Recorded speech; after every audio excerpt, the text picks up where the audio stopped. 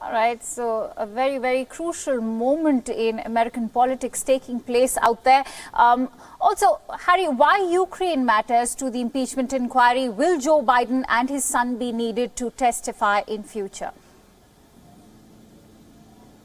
Yeah, well, look, the Republicans, or some Republicans, have said that they'd like to see Joe Biden and his son Hunter Biden testify before the Senate trial. In fact, President Trump is keen for that to happen as well. The Republicans want to try and shift the narrative here away from the focus on President Trump's conduct, and they want to shift the focus onto the conduct of Joe Biden and Democrats. To be clear, there is no evidence that Joe Biden or his son Hunter Biden committed any wrongdoing in Ukraine. Republicans haven't raised any evidence of that so far. But of course, you know, we're heading into a 2020 presidential election. It's politics that's at play here, and the Republican Party want to try and ensure that the narrative suits them as they head towards that election.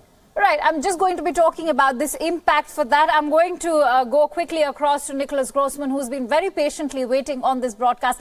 Nicholas, now let's get in some perspective about everything that's happening.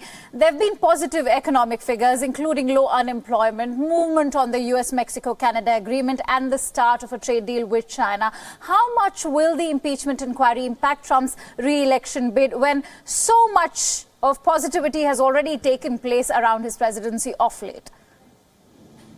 That's a really hard question. I think the honest answer is nobody knows. That you'll hear from a lot of different pundits, a lot of politicians who will announce that this is definitely going to push the election one way or definitely going to push it another way. But not only do they not really know, but the news cycle has been moving so quickly that by the time the election actually rolls around, chances are there will be other issues that will grab a lot of attention as opposed to the impeachment specifically. In general, accusations of Trump's abuse of power is likely to affect voters.